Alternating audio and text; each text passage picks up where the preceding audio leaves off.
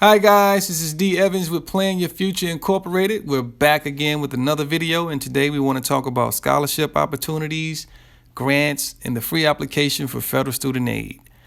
What is the free application for federal student aid? The free application for federal student aid is used to determine the amount of money a family is expected to contribute to the price of attending a post-secondary institution.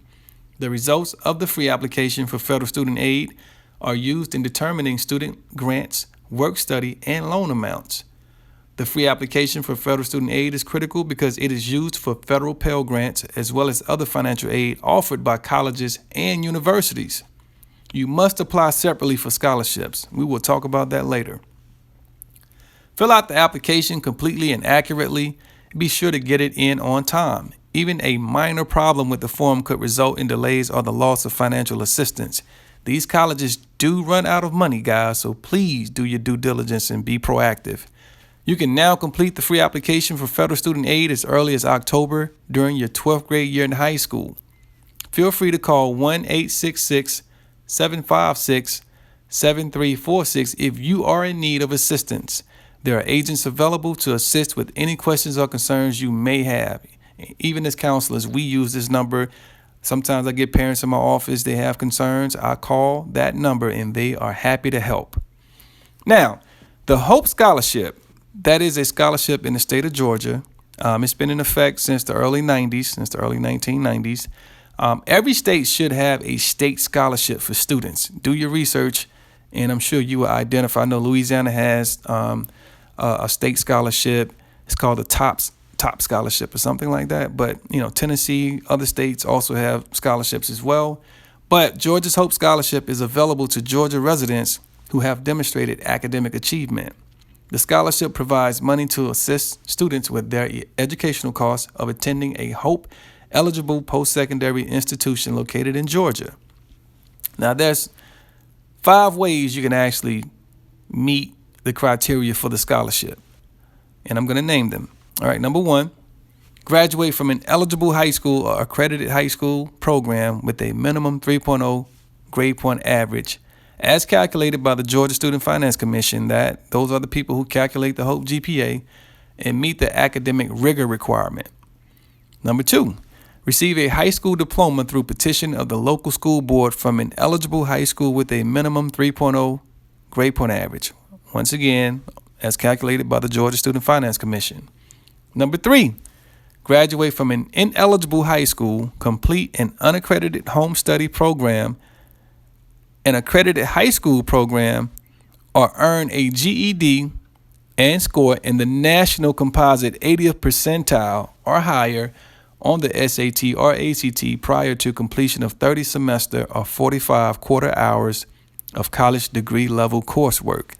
That might sound confusing, guys. Visit this website and it will be explained to you. www.gafutures.org. It's a great website. Number 4, graduate from an ineligible high school or complete an unaccredited home study program and then earn a minimum 3.0 cumulative post-secondary grade point average after attempting 30 semester or 45 quarter hours of college degree level coursework for retroactive Hope Scholarship payment. Number 5, earn a 3.0 grade point average at the college level on degree coursework after attempting 30, 60, or 90 semester hours or 45, 90, or 135 quarter hours regardless of high school graduation status. And once again, guys, I know it might sound confusing, but the college level admissions people can explain this process to you if you have any questions or concerns.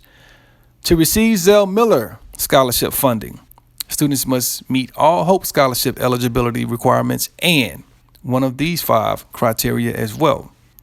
Graduate from an eligible high school or accredited high school program as the valedictorian or the salutatorian.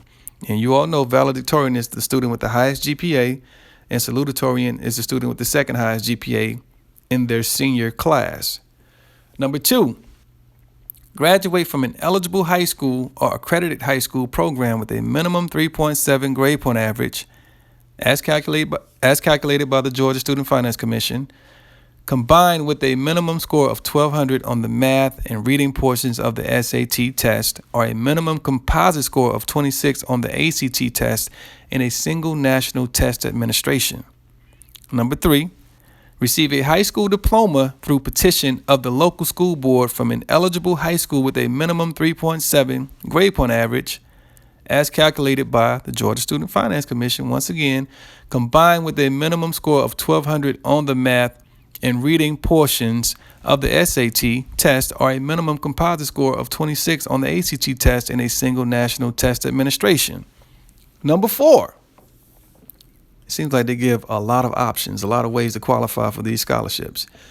Complete an unaccredited home study program with a minimum score of 1,200 on the math and reading portions of the SAT test, or a minimum composite score of 26 on the ACT test in a single national test administration, and then earn a minimum 3.3 cumulative post-secondary grade point average after attempting 30 semester or 45 quarter hours of college degree level coursework after home study completion.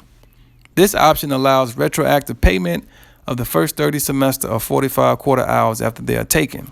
And last but not least, number 5, enroll in an eligible post-secondary institution between 2007 and 2010 as a freshman, meet one of the academic qualifications listed above, and earn a 3.3 cumulative post-secondary grade point average at the most recent Zell Miller Scholarship checkpoint. It's a lot of information, guys. And like I said, visit your high school guidance counselor. We can sit down and go over that information with you to see which category you fit in. Or if you're in college, there is criteria for students who are in college who can earn the Hope Scholarship as well. Meet with the people in the Office of Admissions, and they can actually explain that process to you on the college level. Local scholarships. You can get a lot of information, a lot of scholarships from local scholarships if you apply yourself. Like I said, we counselors, we actually sit and wait for the local businesses to submit scholarship information to us that we can actually give to our students and, take advantage of it. Local scholarships are a great way to pay for school. Scholarship providers like to see people from their community succeed, and so they often offer local scholarships only to residents of a particular geographic region. So once again, please check with your local high school counseling department around January, of your 12th grade year. That's normally when all of the scholarships, come into our office, and we have no problem with giving you the information so you can apply. A lot of good information. Sallie Mae scholarship information. Sallie Mae, everyone knows about Sallie Mae.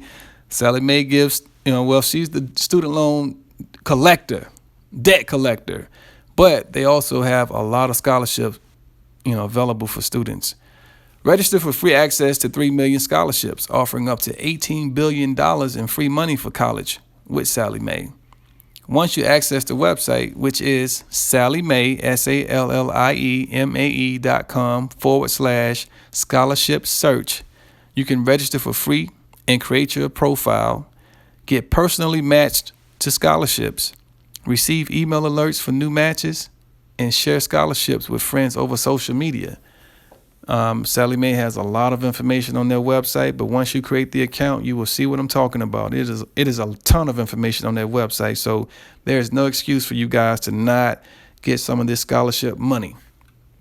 Last but not least, Lucille Roybal-Allard has a student resource guide, which has a lot of great information in it. In 1992, Congresswoman Lucille Roybal-Allard became the first Mexican-American woman elected to Congress. As a member of the U.S. House of Representatives, the Congresswoman has worked tirelessly to create jobs, improve health services, and create stronger, better educational opportunities for her constituents in California's 40th Congressional District. She has provided a student resource guide to assist students seeking financial assistance when applying for college. Lucille's student resource guide has over 60 pages, and I think the most current edition has about 98 pages. The edition from last year had about 60 pages.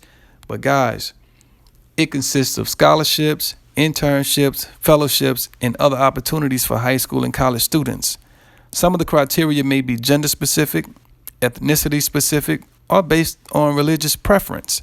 But please do your research, do your due diligence.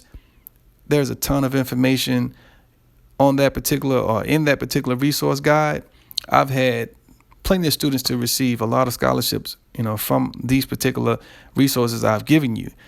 Once again, please send me an email, pyffoundation@gmail.com. Access my website, www.planyourfutureinc.com. And thank you again for listening to me. I hope this is some good information you can use to help you get money to pay for college. Take care.